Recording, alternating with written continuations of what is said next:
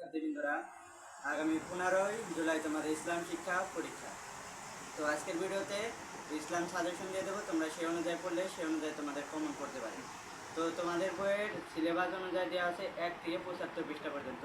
1 থেকে 75 পৃষ্ঠা পর্যন্ত তোমরা রিডিং পড়বা। শুধু এই রিডিংগুলো তোমরা যদি বুঝো, ভালো করে বুঝো, তাহলে পরীক্ষার হলে যে প্রশ্ন আসুক সেই প্রশ্নের তোমরা উত্তর লিখতে পারবা। কারণ রিডিংয়ে যা বলা আছে প্রত্যেকটা প্রশ্নেই তুমি বইয়ে যা বুঝো সেই অনুযায়ী তোমার উত্তর লিখতে হয়। কারণ নতুন নতুন কারিকুলামের প্রশ্নটাই হয় তুমি বই পড়ে কি বুঝলা, কি শিখলা, সেটাই তোমার প্রশ্নে লেখা। মূলত এটা কোনো পুরো প্রস্তুতির পরীক্ষা না যে আগের কারিকুলামে যে তোমরা মুখস্থ করছো সেরকম কোনো বিষয় না। তোমরা শুধু পড়বা এবং বুঝবা, এবং বুঝলা কি বুঝলা সেটাই লিখতে হবে। এখানে মুখস্থর কোনো কিছু নেই।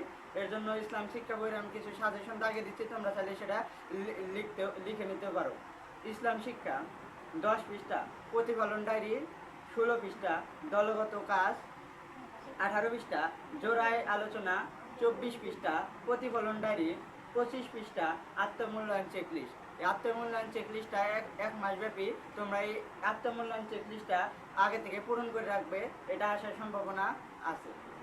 25 পৃষ্ঠা 29 পৃষ্ঠা প্রতিবেদন লেখন, 40 পৃষ্ঠা দলগত কাজ, 42 পৃষ্ঠা প্যানেল আলোচনা, 57 পৃষ্ঠা জোড়ায় বা দলীয় কাজ, এবং তৃতীয় অধ্যায় আছে কুরআন ও হাদিস শিক্ষা, ওহি, আল কোরআনের মুজিয়া, তাজবিদ।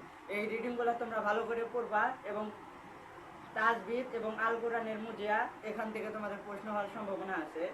এবং দ্বিতীয় অধ্যায়ে ইবাদত, সালাত, সাওম, জাকাত, হজ, উমরা, এগুলোর মধ্যে তোমরা সাওম, জাকাত, হজ এবং উমরা এই 4টা বিষয় ভালো করে পড়বা। এবং প্রথম অধ্যায়ে কুফর এবং নিফাক এই দুটো বিষয় ভালো করে পড়বা, কারণ কুফর ও নিফাকটা অতীব গুরুত্বপূর্ণ। আর মূলত তোমরা 1 থেকে 75 পৃষ্ঠা পর্যন্ত রিডিংগুলো ভালো করে পড়বা, কারণ এই রিডিংগুলো পড়া থাকলে তোমরা যে কোনো প্রশ্নের উত্তর সাজিয়ে গুছিয়ে লিখতে পারবে।